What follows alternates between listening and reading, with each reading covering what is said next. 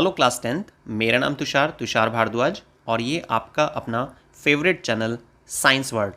आज की वीडियो में हम क्लास 10th की केमिस्ट्री का जो सेकंड चैप्टर है एसिड बेस एंड सॉल्ट, इसके कुछ इंपॉर्टेंट टॉपिक को डिस्कस करने वाले हैं। और वो टॉपिक क्या होंगे जो हम आज के वीडियो में समझेंगे फुल डिटेल में। Number 8 introduction of salts, number 9 some important salts and their formation and uses. बहुत सारे इंपॉर्टेंट कंपाउंड्स हैं, लेकिन उनमें से हम करीब 4 से 5 कंपाउंड की फॉर्मेशन, यूजेस, उनकी प्रॉपर्टीज़, ये सारी डिटेल समझ के चलेंगे। तो चलिए स्टार्ट करते हैं आज की वीडियो का topic, some important salts and their formation and uses. Salt is a compound formed from an acid by replacement of hydrogen in acid by metal। देखिए क्या होता है यहाँ पर, जो डेफिनेशन में आपको समझाने की कोशिश की जा रही है कि साल्ट क्या है, एक तरह का कंपाउंड होता है। ठीक, वो कैसे बनता है? एसिड में जो H आयन होता है, ठीक है, जैसे कि आपने H2SO4 लिया, सल्फ्यूरिक एसिड लिया, तो जब एसिड के H आयन को आप रिप्लेस कर देते हैं किसी मेटल के द्वारा, ठीक है, एसिड के H आयन को आप रिप्लेस कर देते हैं किसी मेटल के द्वारा, जैसे कि H2SO4, sulphuric acid plus sodium, तो जब आगे आप प्रोडक्ट देखेंगे ना, तो प्रोडक्ट में क्या बनेगा? Na2SO4, sodium sulphate. क्लियर? तो ये जो H आयन था ना, उसको रिप्लेस कर दिया सोडियम मेटल ने, तो ये होता है हमारे पास सॉल्ट। तो इस रिएक्शन में जो भी हमने एग्जांपल सुना, उसमें प्रोडक्ट क्या है? Na2SO4, sodium sulphate. ये एक साल्ट का एग्जाम्पल है। आई थिंक क्लियर हो गया होगा आपको। बहुत सिंपल डेफिनेशन है कि साल्ट क्या होते हैं? एक कंपाउंड होते हैं जिसमें एसिड में जो H आयन होता है ना, उसको मेटल रिप्लेस कर देती है, उसको हटा देती है H आयन को, और खुद वहाँ पर अटैच हो जाती है, जैसे कि हमने अभी एग्जाम्पल में समझा। आगे देखते हैं हम कुछ इसके इंपॉर्टेंट पॉइंट्स क्या क्या हो सकते हैं। Number first, it is formed when acid react with the base. जब एसिड बेस से रिएक्शन करता है तो क्या बनता है? सॉल्ट बनता है। हालांकि वाटर भी बनता है, पर मेन चीज़ सॉल्ट बनेगा। ठीक है, जैसे यहाँ पर देखिए तीसरे पॉइंट में आपको यूज़ करके दिखाया गया है कि भाई KOH है, वो क्या है? बेस है। HCl क्या होता है? HCl आपका एसिड होता है। तो एसिड और बेस जब मिलते हैं ना, या फिर आप कह सकते हैं बेस और एसिड मिल रहे हैं, तो क्या बनता है? साल्ट बनकर आता है। अब ध्यान से आप नोटिस करना कि जो बेस है उसमें OH वाला पार्ट हट रहा है, एसिड से H वाला पार्ट हट रहा है, और साइड ओवर क्या बना रहा है? H2O। लेकिन जो बेस है उसका पॉजिटिव वाला पार्ट, मतलब कि प्लस, जैसे कि पोटेशियम, और एसिड से माइनस वाला पार्ट, मतलब कि क्लोरीन। तो बेस से पॉजिटिव पार्ट आ रहा है और एसिड से माइनस वाला पार्ट आ रहा है, और एक साल्ट तैयार हो रहा है। क्लियर? तो यहाँ पर KCl बनाकर दिखाया गया आपको, जिससे कि आपको फर्स्ट पॉइंट अच्छे से क्लियर हो सके। ठीक है, अब देखते हैं इसमें सेकंड पॉइंट क्या था। First part of salt comes, ये भी इसी पॉइंट के बारे में इशारा कर रहा है जो तीसरे नंबर पे हमने एक रिएक्शन समझी है अभी, KCl कैसे बन रहा है। तो सेकंड पॉइंट और फर्स्ट पॉइंट, इन दोनों को समझने में आपकी मदद करेगा थर्ड पॉइंट। तो फर्स्ट पार्ट जो होता है ना साल्ट का, ठीक है, तो वो कहाँ से आ रहा है? बेस से आता है। और साल्ट का जो सेकंड पार्ट है वो कहाँ से आ रहा है? एसिड से आ रहा है। क्लियर? अब चलिए आगे चलते हैं।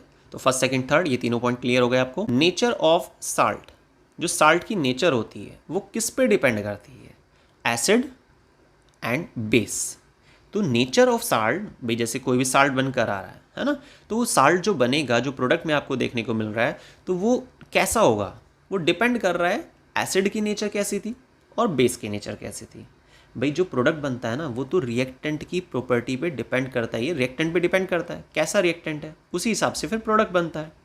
तो यहाँ पर ऐसा इसलिए बोला गया क्योंकि भाई साल्ट जो बन रहा है ना, वो एसिड और बेस के मिलने से बन रहा है, तो डिपेंड करेगा ना कि एसिड की नेचर कैसी है, बेस की नेचर कैसी है। नेचर से मतलब स्ट्रॉन्ग या वीक, ये सब चीज़। इफ़ बोथ आर स्ट्रॉन्ग, अगर एसिड और बेस दोनों ही स्ट्रॉन्ग है या फिर दोनों ही वीक हैं, तो ऐसी कंडीशन में जो साल्ट बनता है, ठीक है, ऐसी कंडीशन में जो साल्ट ऑब्टेन होगा वो कैसा होगा? न्यूट्रल होगा। ठीक है, याद रखना है आपको कि साल्ट जो बन रहा है वो किस पे डिपेंड कर रहा है? फुल्ली एसिड और बेस, कि भाई किस तरह का एसिड कंबाइन हो रहा है और किस तरह का बेस कंबाइन हो रहा है। ठीक है, तो यहाँ पर वही चीज़ क्लियर की गई है कि अगर दोनों स्ट्रॉन्ग हैं या फिर दोनों वीक हैं तो न्यूट्रल कैटेगरी का साल्ट बनता है यहाँ पे। इफ़ वन, ये आगे से इफ़ हटा देना आप इसको, ठीक है, जो ये वाला इफ़ है, तो इफ़ वन इज़ स्ट्रॉन्ग, अगर दोनों में से कोई एक स्ट्रॉन्ग है और दूसरा वीक है, ऐसी कंडीशन में आप सोचिए जो साल्ट बनेगा वो स्ट्रॉन्ग वाली नेचर दिखाएगा ना। मान लेते हैं कि स्ट्रॉन्ग एसिड रिएक्शन कर रहा है वीक बेस के साथ, ठीक है, तो साल्ट तो बनना है, वो बात ठीक है, लेकिन जो साल्ट बनेगा उसकी नेचर कैसी होगी, हम उसे एसिडिक बोलें या बेसिक बोलें। तो या अभी आपने नोटिस किया होगा, मैंने आपको स्टार्टिंग में क्या बोला कि स्ट्रॉन्ग एसिड वीक बेस से रिएक्शन कर रहा है, तो जो साल्ट बनकर आएगा वो भी एसिडिक नेचर का होगा। क्लियर? तो स्ट्रॉन्ग वाला ही अपना नाम दिखा पाता है। अगर दोनों सेम है तो फिर न्यूट्रल बोलना है आपको, अदरवाइज जो भी स्ट्रॉन्ग नेचर का होगा, चाहे वो एसिड हो चाहे बेस, तो साल्ट जो बनेगा वो भी उसी नेचर को रिप्रेजेंट करेगा। क्लियर हो गई बात? तो साल्ट होता क्या एक्चुअल में, वो चीज़ हमने समझ ली है। अब हमें कुछ इंपॉर्टेंट साल्ट्स के बारे में डिस्कस करना है, कुछ इंपॉर्टेंट कंपाउंड के बारे में डिस्कस करना है, ठीक है। हम स्टार्टिंग के 4 कंपाउंड के बारे में डिस्कस करने वाले हैं, उनकी प्रोडक्शन, उनकी यूजेस और उनकी कुछ इंपॉर्टेंट प्रॉपर्टीज़। और वो 4 इंपॉर्टेंट कंपाउंड कौन कौन से होंगे? Number first common salt, number second caustic soda मतलब सोडियम हाइड्रोक्साइड, फिर वॉशिंग सोडा और बेकिंग सोडा। ये 4 इंपॉर्टेंट कंपाउंड्स जो है उसको हम फुल क्लियर करेंगे। बाकी जो इंपॉर्टेंट कंपाउंड रह जाएंगे उसको हम नेक्स्ट वीडियो में समझेंगे, क्योंकि एक ही वीडियो फिर काफ़ी लेंदी हो जाती है, क्योंकि हमें जितने भी टॉपिक्स लेने हैं वो फुल डिटेल में समझने हैं, और डिटेल जब हम किसी चीज़ की लेते हैं ना तो उसमें थोड़ा टाइम तो लगता ही है। चलिए खैर फर्स्ट कंपाउंड पर आते हैं, कॉमन साल्ट पर। Chemical name of common salt is sodium chloride. Sodium chloride क्या है? एक केमिकल नेम है कॉमन साल्ट। कॉमन साल्ट क्या होता है? वो एक कॉमन नेम होता है ना NaCl के लिए। अब बात ये कि NaCl की फॉर्मेशन कैसे होगी, है ना। प्रोडक्शन अगर पूछता है आपसे एग्जाम में तो आप कैसे बताएंगे? इसके लिए देखिए मैंने रिएक्शन लिखी हुई है यहाँ पर फर्स्ट पॉइंट में। NaOH मतलब बेस जब एसिड से रिएक्शन करेगा मतलब HCl से, तो क्या बनेगा? NaCl। क्या बनेगा? NaCl, सॉल्ट बनेगा। तो बेस और एसिड रिएक्शन कर रहे हैं, सॉल्ट और वाटर बन रहा है, सिंपल सी बात। और सॉल्ट ही हमारे पास टॉपिक था कि भाई कॉमन सॉल्ट कैसे बनेगा। प्रोडक्शन क्लियर हो गई। अब आते हैं इसके कुछ इंपॉर्टेंट पॉइंट्स पर। Common salt occurs naturally in the sea water. समुद्र का जो पानी होता है उसमें बहुत सारे सॉल्ट होते हैं, उसमें कॉमन सॉल्ट भी पाया जाता है। And as a rock salt, और रॉक सॉल्ट में भी मिलता है ये। Major salt present in a sea water is a common salt, ठीक है। तो समुद्र का जो पानी है उसमें बहुत सारे सॉल्ट है, मेनली उसमें क्या मिलता है? कॉमन सॉल्ट मिल जाता है, मतलब NaCl मिलता है। It is obtained from sea water. Sea water से, समुद्र के पानी से हम इसे ऑब्टेन करते हैं, प्राप्त करते हैं NaCl को बाय द प्रोसेस ऑफ, कौन से प्रोसेस के जरिए ऑब्टेन करते हैं? एवोपोरेशन। याद रखना, 1 नंबर के क्वेश्चन के हिसाब से काफ़ी इंपॉर्टेंट है। While the rock salt is mined from underground deposit just like coal. बिल्कुल सिंपल सा प्रोसेस है। इस स्टेंजा में आपको बताने की कोशिश की जा रही है भाई कॉमन सॉल्ट हम कैसे ऑब्टेन करते हैं। बाकी रिएक्शन तो आपने देख ही लिए ऊपर। चलिए अब देखते हैं यूजेस क्या हैं कॉमन सॉल्ट के। Number first, it is used as a raw material HCl के लिए, Na2CO3 के लिए। Na2CO3 मतलब sodium carbonate, NaHCO3 sodium bicarbonate बोलते हैं इसको, या सोडियम हाइड्रोजन कार्बोनेट भी बोल सकते हैं, ठीक है। काफ़ी सारे नाम चलते हैं। तो इन सभी चीज़ों को बनाने के लिए जो मटेरियल चाहिए ना, जो रॉ मटेरियल चाहिए, उसमें क्या नाम आता है? कॉमन सॉल्ट का, ठीक है। Number B, it is used for cooking and improve the flavour. भाई जैसे आप सब्जी बनाते हैं ना, सब्जी आप यूज़ करते हैं, तो आपने नोटिस किया होगा अगर सब्जी में आप नमक डालना भूल जाते हैं तो क्या आप उसको खा सकते हैं? बिल्कुल पॉसिबल नहीं है, ठीक है। तो इट इज़ यूज्ड, इसीलिए इसका इस्तेमाल किया जाता है कुकिंग में। किस चीज़ के लिए? फ्लेवर को इम्प्रूव करने के लिए, बाकी हमारी बॉडी के लिए भी हेल्पफुल होता है, ठीक है। हमारा जो थायराइड ग्लैंड होता है ना, नेक रीजन में, नेक रीजन जो होता है हमारा, उसमें 2 ग्लैंड होते हैं, आगे की तरफ थायराइड ग्लैंड होता है और पीछे की तरफ पैराथायराइड ग्लैंड होता है। तो थायराइड ग्लैंड से जो हार्मोन निकलते हैं थायरोक्सिन और कैल्सिटोनिन, उसमें काफ़ी रोल प्ले करता है, ठीक है। तो खैर चलिए उसको अलग से डिस्कस करेंगे कंट्रोल कंडीशन के वीडियोज़ में। तो फिलहाल ये कि इम्प्रूव करता है फ्लेवर को कुकिंग के दौरान। Number third point, it is used या it is required for proper working of nervous system. हमारा ब्रेन जैसी हरकतें करें सिंपल शॉर्ट में कह रहा हूँ मैं आपको, तो कि जो हमारा नर्वस सिस्टम है, ठीक है। नर्वस सिस्टम का टॉपिक हालांकि कंट्रोल कोऑर्डिनेशन में मिलेगा आपको फुल डिटेल में, फिलहाल थोड़ा समझ लेते हैं कि हमारी बॉडी में जो नर्वस सिस्टम होता है, नर्वस सिस्टम जिसके बेसिकली 2 पार्ट किए जाते हैं, कुछ रिफ्रेशर में, कुछ बुक्स में 3 पार्ट भी किए गए हैं, जैसे कि central nervous system, peripheral nervous system और ऑटोनोमिक नर्वस सिस्टम। बाकी कुछ रिफ्रेशर में सेंट्रल नर्वस सिस्टम और पेरिफेरल नर्वस सिस्टम, वो दोनों ही ठीक है, कोई ऐसी दिक्कत नहीं है उसमें। और सेंट्रल नर्वस सिस्टम के अंदर आता है ब्रेन और स्पाइनल कॉर्ड का जिक्र। और ब्रेन आपको पता है कोई एक चीज़ तो है नहीं, बहुत सारे पार्ट होते हैं इसके, तो है ना, जैसे कोई सिंगल यूनिट नहीं है ना। तो हमारा जो नर्वस सिस्टम है उसकी प्रॉपर वर्किंग के लिए सोडियम बहुत ज़रूरी होता है, और सोडियम मिलेगा आपको किसमें? सोडियम क्लोराइड में। अब आते हैं नेक्स्ट नंबर डी पॉइंट पर। It is used for the manufacture of soap and help to melt ice during the winter in areas where snow deposits on road. तो ये ऑन और डिपॉजिट जो एक साथ आ गए, इसमें आप स्पेस डाल दीजिएगा। तो यहाँ पर इस पॉइंट में आपको कहना चाह रहा है कि साबुन की फॉर्मेशन में मदद करता है। सोप का जनरल फार्मूला जो होता है ना, देखिए मैं लिख देता हूँ यहाँ पर, RCOONA। इस फॉर्मूले को देखकर ही आप समझ गए हैं कि हाँ भाई ठीक है, सोडियम क्लोराइड यूज़ हो रहा है, ठीक है, इसकी फॉर्मेशन में, क्योंकि देखिए लास्ट में Na आ रहा है ना, बस वो चीज़ याद रखनी है। और वो कहाँ से आएगा? कॉमन साल्ट से आएगा। तो खैर, it is used for the manufacture of soap and help to melt the ice. Ice को मेल्ट करने के लिए ऐसे एरियाज जहाँ पर रोड पर बर्फ़ जम जाती है, तो उसमें क्या करते हैं, हम नमक का इस्तेमाल करते हैं आइस को मेल्ट करने के लिए, ठीक है।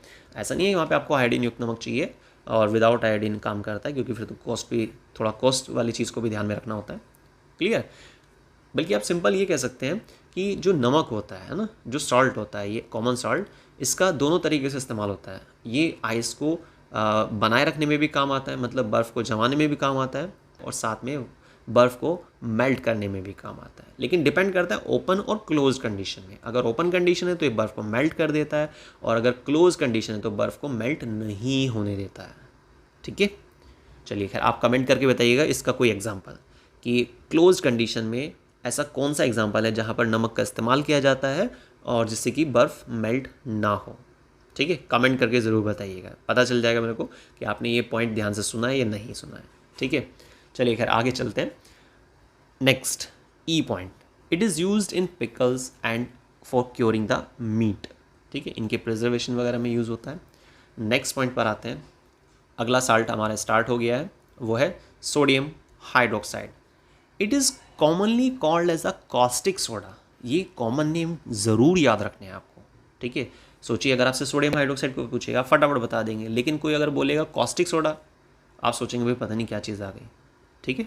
तो ऐसा नहीं है, याद रखना है, इसी का दूसरा नाम है ये। प्रोडक्शन, कैसे प्रोडक्शन होता है इसका? NaCl जब सोडियम क्लोराइड जब वाटर से रिएक्शन करता है, सोडियम क्लोराइड, और जब आप वाटर को ऐड कर देते हैं, है ना, तो क्या बनता है? NaOH plus chlorine plus hydrogen gas, ठीक। तो ये चीज़ आपको ध्यान रखनी है। अच्छा, इस रिएक्शन में ना थोड़ा सा करेक्शन करनी है, मैं बता देता हूँ आपको। ये जो NaCl प्लस H2O है, इसको क्या बोलते हैं हम? ब्राइन, ठीक है। ये ब्राइन इधर शिफ्ट हो गया है। सिंपल सी बात है कि H2 के आगे जो कर्सर लाएंगे ना, आप उसको एंटर करेंगे तो ब्राइन NaCl और H2O के नीचे आ जाएगा, कॉस्टिक सोडा पहुंच जाएगा NaOH के नीचे। समझ गए आप? तो कॉस्टिक सोडा इसके लिए चल रहा है, ठीक है। तो NaCl प्लस H2O से जब आप इलेक्ट्रिसिटी को पास आउट करते हैं तो क्या बनता है? NaOH मतलब caustic soda plus chlorine gas, साथ में हाइड्रोजन गैस भी रिलीज होती है। और NaCl और H2O, है ना, इसी को मिलाकर जब इससे इलेक्ट्रिसिटी पास करते हैं तो क्या बोलते हैं इस रिएक्टेंट मटेरियल को? Brine, aqueous concentrated solution of NaCl। आप इस लाइन को नोट कर लेना, ठीक है। एक्वस, मैं रिपीट कर रहा हूँ एक बार फिर से, aqueous concentrated solution of NaCl is called brine. Caustic soda किसके लिए? NaOH के लिए। अब देखिए नीचे पॉइंट क्या लिखा हुआ है, process of electricity of sodium chloride solution, process to pass electricity through sodium chloride solution is called chlor alkali process. अब यहाँ पर अगर कोई आपसे पूछेगा एग्जाम में, बहुत बार आ चुका है ये चीज़ भी, कि क्लोर एल्कली प्रोसेस क्या होता है, तो आपको बताना है कि ऐसी रिएक्शन जिसमें क्लोरीन भी बने और एल्काली बने। और एल्काली क्या होते हैं वो चीज़ हम चैप्टर के स्टार्टिंग में समझ चुके हैं। अब आप सोच के बताइए, कमेंट करके बताइए कि भाई एल्काली होते क्या हैं, प्योरली। ऐसा नहीं करना है कि इस वीडियो को पॉज किया और दूसरी वीडियो में जाकर आपने देख लिया या गूगल पर सर्च कर लिया, खुद से बताइए ना, प्योरली, ईमानदारी से। ऐसी रिएक्शन जिसमें क्लोरीन भी बन रहा है और अल्काली भी बन रहा है, ठीक है। अल्काली का क्वेश्चन मैंने आपको दिया करने के लिए। नेक्स्ट, यूजेस क्या है। First use, NaOH is used for making the soap and detergent. Sodium hydroxide का इस्तेमाल किया जाता है सोप और डिटर्जेंट को बनाने के लिए। बिल्कुल सिंपल लाइन है। Next, NaOH is used in purifying the bauxite और। बॉक्साइट और क्या होती है, उसका मैं फॉर्मूला लिखता हूँ, Al2O3 डॉट, ठीक है, डॉट है 2H2O, ठीक है, Al2O3 डॉट 2H2O। तो NaOH is used in purifying the bauxite और। बॉक्साइट और को अगर हम प्योरीफाई करना चाहते हैं तो उसके लिए भी हमें सोडियम हाइड्रोक्साइड की जरूरत पड़ती है, तो इसका यूज हो गया। एंड दस ऑब्टेन द एल्यूमिनियम, और इस तरीके से फिर आप एल्यूमिनियम मेटल को प्राप्त कर पाएंगे। फिर आगे जो भी आपको काम में लेना है उसको, वो आपका अलग मैटर है। तो सिंपल सी बात, NaOH का क्या यूज़ है यहाँ पर हमें वो चीज़ क्लियर करनी है। बॉक्साइट और की प्योरीफिकेशन में, साबुन और डिटर्जेंट को बनाने में। थर्ड नंबर पे, NaOH is use for making the paper and rayon. Rayon मैंने आपको पहले भी लास्ट वीडियो में समझाया था कि रेयन क्या है, एक तरह का फाइबर है, ठीक है। और ये आपको प्रेस पर भी लिखा मिल जाए, जो प्रेस में रोटर लगा होता है। रेयन, सिल्क, कॉटन, ऐसे काफ़ी सारे नाम लिखे होते हैं कि भाई आपको किस तरह के मटेरियल पर प्रेस यूज़ करनी है। नेक्स्ट, अब यहाँ पर ABC फिर से स्टार्ट हो गया, क्योंकि स्टार्टिंग के जो 3 यूज़ हैं वो NaOH के लिए हैं। नेक्स्ट जो 3 यूज़ दिए गए हैं वो क्लोरीन के लिए हैं। Chlorine is use to sterilize the drinking water, ये तो आप सबको मालूम होगा पहले से। Next, chlorine is use to make the CaOCl2। ये जो होता है ना कैल्शियम ऑक्सीक्लोराइड, मतलब CaOCl2। देखिए मैं आपको मार्क करके बताता हूँ एक बार। तो ये जो कंपाउंड है CaOCl2, इसको क्या बोलते हैं, ब्लीचिंग पाउडर बोलते हैं। क्या बोलते हैं, ब्लीचिंग पाउडर, ठीक है, ध्यान रखना है। Next, chlorine is use to make CFC and PVC। CFC मतलब क्लोरोफ्लोरोकार्बन, और PVC ये भी आपने सुना होगा, पॉलीविनाइल क्लोराइड। PVC मतलब वही जो वायर पे प्लास्टिक का एक रबर मटेरियल होता है ना, जिससे कि इलेक्ट्रिसिटी के इफेक्ट से आपको बचाया जा सके, है ना, इलेक्ट्रिक फील्ड को मिनिमाइज करने के लिए। तो वही चीज़ है PVC। तो PVC मतलब पॉलीविनाइल क्लोराइड, और CFC क्लोरोफ्लोरोकार्बन। नेक्स्ट आता है, फिर से ABC आ गया है, क्योंकि H2 के यूज़ हम सुनने वाले हैं। H2 is used in a conversion of oil to ghee. Oil को घी में अगर आप चेंज करना चाहते हैं तो इसके लिए H2 की ज़रूरत होती है, ठीक है। और हमारे पास जो रिएक्शन थी, जो भी हमने स्टार्टिंग में समझी थी, तो उसमें H2 भी बन रहा था, इसलिए हम H2 के यूज़ पढ़ रहे हैं। बाकी ऑयल को घी में कैसे चेंज करते हैं, इसके लिए आपको जो क्लास 10th का चैप्टर नंबर 4 है, कार्बन एंड इट्स कंपाउंड, उस चैप्टर में डिटेल मिलेगी, ठीक है। बाकी वो उस चीज़ को वहीं समझेंगे। Next, H2 is used in a production of HCl, ammonia, methanol. Ammonia आपने सुना है, HCl पता है आपको। मीथेनॉल का फार्मूला सुन लेते हैं, CH3OH। किस तरह से ये फार्मूले बनाए जाते हैं, कैसे इनका नाम रखा जाता है, ये चीज़ आपको मिलेगी चैप्टर नंबर 4 में, कार्बन एंड इट्स कंपाउंड में। Next, liquid hydrogen is used as a fuel in rocket. तो रॉकेट में जो फ्यूल होता है वहाँ पर इस्तेमाल किया जाता है लिक्विड हाइड्रोजन का, और हाइड्रोजन के यूजेस ये हम अभी समझ रहे हैं। तो क्लियर हो गया आपको कि हाइड्रोजन कहाँ कहाँ इस्तेमाल किया जा रहा है मेनली। वैसे तो बहुत सारे यूज़ होते हैं, पर एटलीस्ट आपको 3 यूजेस तो ध्यान रखने ही चाहिए। चलिए अब देखते हैं नंबर 3 कंपाउंड, वॉशिंग सोडा, धुलाई वाला सोडा, मतलब कपड़ों की धुलाई, ठीक है। धुलाई तो ऐसे बहुत तरह की होती है, पर लेकिन कपड़ों की धुलाई। तो यहाँ पर आपको बताया जा रहा है कि केमिकल फॉर्मूला जो होता है वॉशिंग सोडा का वो क्या है, sodium carbonate decahydrate Na2CO3 dot 10H2O। Next line में देखिए फॉर्मूला लिखा हुआ है ये वाला। तो केमिकल नेम क्या होता है, इसका कॉमन नेम क्या है, ये दोनों चीज़ याद रखनी है, और फार्मूला वो तो याद रखना ही पड़ेगा आपको। अब आते हैं प्रोडक्शन पर। कई बार होता है एग्जाम में वॉशिंग सोडा की फॉर्मेशन पूछी जाती है, तो आपको ये तीनों रिएक्शन लिखनी होंगी, याद रखना है। ऐसा नहीं है कि सिर्फ 3rd रिएक्शन लिखें आप, आपको तीनों रिएक्शन बतानी पड़ेगी। चलिए समझते हैं एक बार कैसे। देखिए स्टार्टिंग में 4 रिएक्टेंट को लिया जाता है, NaCl plus NH3 plus H2O plus CO2, मतलब सोडियम क्लोराइड, अमोनिया, वाटर और कार्बन डाइऑक्साइड। जब ये 4 चीज़ें मिलती हैं तो क्या बनता है, सोडियम बाइकार्बोनेट बनता है, बेकिंग सोडा बनता है, ठीक है। बेकिंग सोडा होता है इसका नाम वैसे, जो हमारा नेक्स्ट टॉपिक है। तो NaHCO3 बनेगा, साथ में अमोनियम क्लोराइड बनेगा। अमोनियम क्लोराइड तो वेस्ट पार्ट है, उसको साइड कर देंगे हम। लेकिन जो NaHCO3 बना, फिर इसको हम क्या करेंगे, हीट करेंगे, ठीक है। NaHCO3 को देखिए सेकंड रिएक्शन में दिखाया हुआ है, NaHCO3 को तोड़ने के बाद क्या बनेगा, हीट देने के बाद क्या बनेगा, Na2CO3 plus H2O plus CO2। ठीक है, तो CO2 और H2O ये एक एक्स्ट्रा पार्ट हो गया, लेकिन मेन जो हमारे पास चीज़ है वो क्या है, सोडियम कार्बोनेट, इसको बोलते हैं सोडा ऐश, Na2CO3। फिर इस Na2CO3 में आप 10 मॉलिक्यूल जब वाटर के ऐड करेंगे ना, तो बनेगा हमारे पास फाइनल प्रोडक्ट, मतलब हमारा टारगेट आ जाएगा, और वो क्या था, Na2CO3.10H2। तो इस तरीके से 3 स्टेप में हमने समझा कि भाई कैसे हम Na2CO3 मतलब वॉशिंग सोडा को तैयार कर सकते हैं। ठीक है, तो प्रोडक्शन क्लियर हो गया। अब आते हैं यूजेस पर। Washing soda is used as a cleaning agent in a washing cloth. Simple line, बहुत ईजी सा यूज़ है ये। ठीक है, next, washing soda is use to remove the permanent hardness of water. देखिए हमारा जो वाटर होता है ना, हार्ड वाटर किसको बोल रहे हैं, बेसिकली जिसमें साल्ट ज़्यादा होते हैं, कैल्शियम मैग्नीशियम वगैरह जो है इस तरह के साल्ट ज़्यादा देखे जाते हैं, तो उसको हम हार्ड वाटर बोल रहे हैं। सॉफ्ट वाटर मतलब कि एक तरह से साल्ट्स का नंबरिंग बहुत कम है, कंट्रोल्ड साल्ट है। ठीक है, तो परमानेंट जो हार्डनेस होती है वाटर की, उसको क्लीन करने में, रिमूव करने में मदद करता है वॉशिंग सोडा। ठीक है, एक तरह से डिटर्जेंट, आपने सुना भी होगा कि डिटर्जेंट जो है वो हार्ड वाटर में भी बहुत अच्छे से झाग देता है, कपड़ों की अच्छे से क्लीनिंग करता है, लेकिन सोप नहीं कर पाता है क्योंकि उसमें स्ट्रॉन्ग केमिकल नहीं होते हैं। सिंपल बात। Next, number third, washing soda is used in a manufacture of glass, soap and paper. इन तीनों ही चीज़ों की मैन्युफैक्चर में भी काम आता है वॉशिंग सोडा।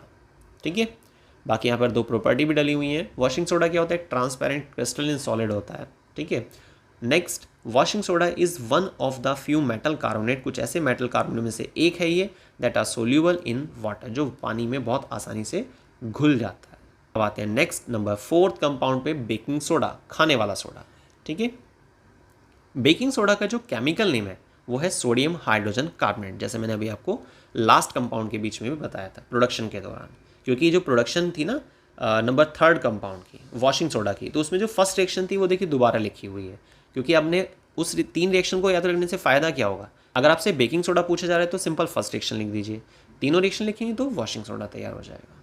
ठीक है, तो NaCl के साथ जब अमोनिया, वाटर, कार्बन डाइऑक्साइड ये सब चीज़ें मिक्स होती हैं तो क्या बनता है, बेकिंग सोडा बनता है, NaHCO3, NH4Cl, अमोनियम क्लोराइड, ये एक एक्स्ट्रा पार्ट है। यूजेस क्या होते हैं इसके, बेकिंग सोडा का इस्तेमाल होता है एंटा एसिड में, in a medicine to remove acidity of stomach. कई बार क्या होता है, हम जब ओवर ईटिंग कर लेते हैं, ज़्यादा फूड आइटम्स वगैरह ले लेते हैं, तो ऐसे में क्या होता है, स्टमक में एसिडिटी हो जाती है, मतलब एसिड लेवल डिस्टर्ब हो जाता है, जिसके लिए हमें क्या करना होता है, उसको कंट्रोल करने के लिए बेस की ज़रूरत पड़ती है। ठीक है, एंटा एसिड मतलब जो एसिड के अगेंस्ट काम करे, और कौन है जो एसिड के अगेंस्ट काम करेगा, बेस। ठीक है, तो हमें बेकिंग सोडा लेना होता है। बेकिंग सोडा मतलब एक नेचर वाइज देखा जाए तो बेसिक होता है, तो बेकिंग सोडा का इस्तेमाल किया जाता है किस तरीके से, एज अ एंटा एसिड, जिसके ज़रिए या जिसकी मदद से आप एसिडिटी को कंट्रोल कर लेते हैं। ठीक है, न्यूट्रलाइजेशन हो जाता है, मतलब वहाँ पे एसिड बेस के मिलने से। नेक्स्ट यूज़ आता है, बेकिंग सोडा का इस्तेमाल किया जा रहा है बेकिंग पाउडर को बनाने में। बेकिंग सोडा से बेकिंग पाउडर बन रहा है। देखिए NaHCO3 बेकिंग सोडा, पाउडर कैसे बनेगा, इसमें आप कोई एसिड मिक्स कीजिए। एसिड मतलब यहाँ पे H आयन लिख दिया है, क्योंकि एसिड किस चीज़ को हाईलाइट करते हैं, H आयंस को। ठीक है, तो जब H आयंस की आप रिएक्शन कराएंगे इसके साथ तो क्या बनेगा, एक सॉल्ट बनेगा। अब सॉल्ट भी मैंने देखिए पूरा नहीं लिखा है, सिर्फ Na+ डाल के छोड़ दिया है, क्योंकि वो डिपेंड करेगा आप किस तरह का एसिड ले रहे हैं। ठीक है, उसी के आधार पे। तो बेकिंग सोडा से बेकिंग पाउडर बना रहे हैं। बेकिंग पाउडर क्या होता है, एक तरह का मिक्सचर होता है सोडा और एडाइबल एसिड का। एडाइबल एसिड में टार्ट्रिक एसिड भी हो सकता है या कोई भी हो सकता है इस तरीके का। नेक्स्ट, ठीक है, तो ये लाइन आप ज़रूर याद रखिएगा, काफ़ी इंपॉर्टेंट है, इस पर क्वेश्चन भी आ सकता है। अब आते हैं 3rd यूज़ पर। Baking soda is used in a fire extinguisher. Fire extinguisher मतलब आग बुझाने वाले जो डिवाइसेस आते हैं उसमें काम में लिया जाता है बेकिंग सोडा। बेकिंग सोडा क्या होता है, मैंने आपको बताया बेसिक नेचर का होता है। अब जो फायर एक्सटिंग्विशर होता है ना, जैसे मान लीजिए मैं एक रफ डायग्राम बना देता हूँ यहाँ पे, जैसे ये फायर एक्सटिंग्विशर है। ठीक है, यहाँ पर इस तरीके से एक नॉब लगी होती है इस तरीके से। ठीक है, अब इसमें क्या होता है ना, यहाँ पे ऐसे पार्टीशन सा रहता है। एक नंबर फर्स्ट जो साइड है वहाँ पर आप फिल कर देते हैं किसको, बेकिंग सोडा को। नंबर जो सेकंड पार्ट होता है या सेकंड कॉलम होता है वहाँ पर आप फिल कर देते हैं एसिड को। लेकिन वो दोनों मिक्स नहीं होते, बीच में एक पार्टीशन बना रहता है इस तरीके से। ठीक है, होता क्या है, जब आपको ज़रूरत होती है फायर एक्सटिंग्विशर को इस्तेमाल करने की। तो या फिर कहीं पे फ्लेम वगैरह कुछ ऐसी सिचुएशन बन रही है, आप ऐसा कह सकते हैं।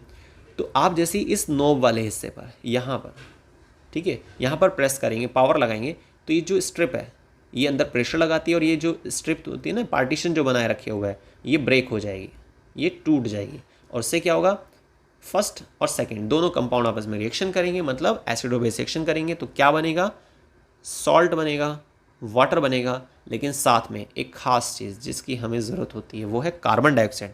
कार्बन डाइऑक्साइड भी बनती है, और ये जो कार्बन डाइऑक्साइड है ये क्या करती है, जो भी मटेरियल जल रहा है ना, उसको ऑक्सीजन मिलने नहीं देगी। तो CO2 एज अ ब्लैंकेट का काम करता है वहाँ पर, और जब ऑक्सीजन नहीं मिलेगी जलने वाले मटेरियल को, तो आग जलनी बंद हो जाएगी, मतलब मटेरियल में जो भी आग वाग लगी हुई थी वो शांत हो जाएगी, ख़त्म हो जाएगी। ठीक है, तो CO2 मेन है यहाँ पर CO2 कैसे बनी, वो इस तरीके से।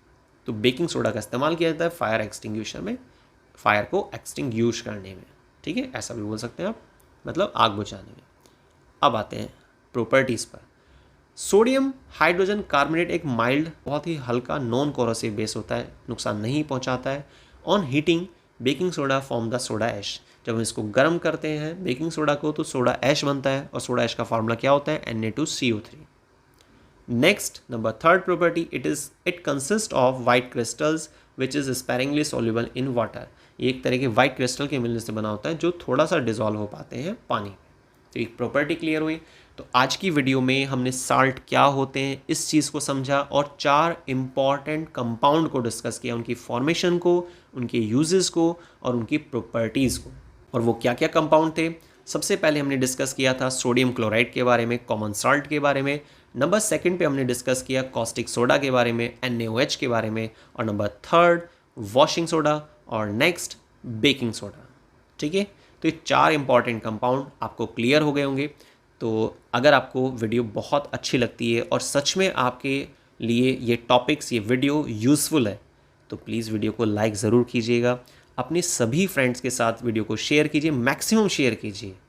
और अगर आपने हमारे चैनल को सब्सक्राइब नहीं किया है तो प्लीज़ आप सब्सक्राइब कीजिए, सपोर्ट कीजिए, और जुड़े रहिए साइंस वर्ड चैनल से। मिलते हैं नेक्स्ट वीडियो में बाकी के जो इम्पॉर्टेंट टॉपिक बचे हुए हैं एसिड बेस सॉल्ट चैप्टर के, उन सभी टॉपिक्स के साथ। तो वीडियो को स्टार्टिंग से लास्ट तक देखने के लिए बहुत बहुत धन्यवाद। थैंक्स।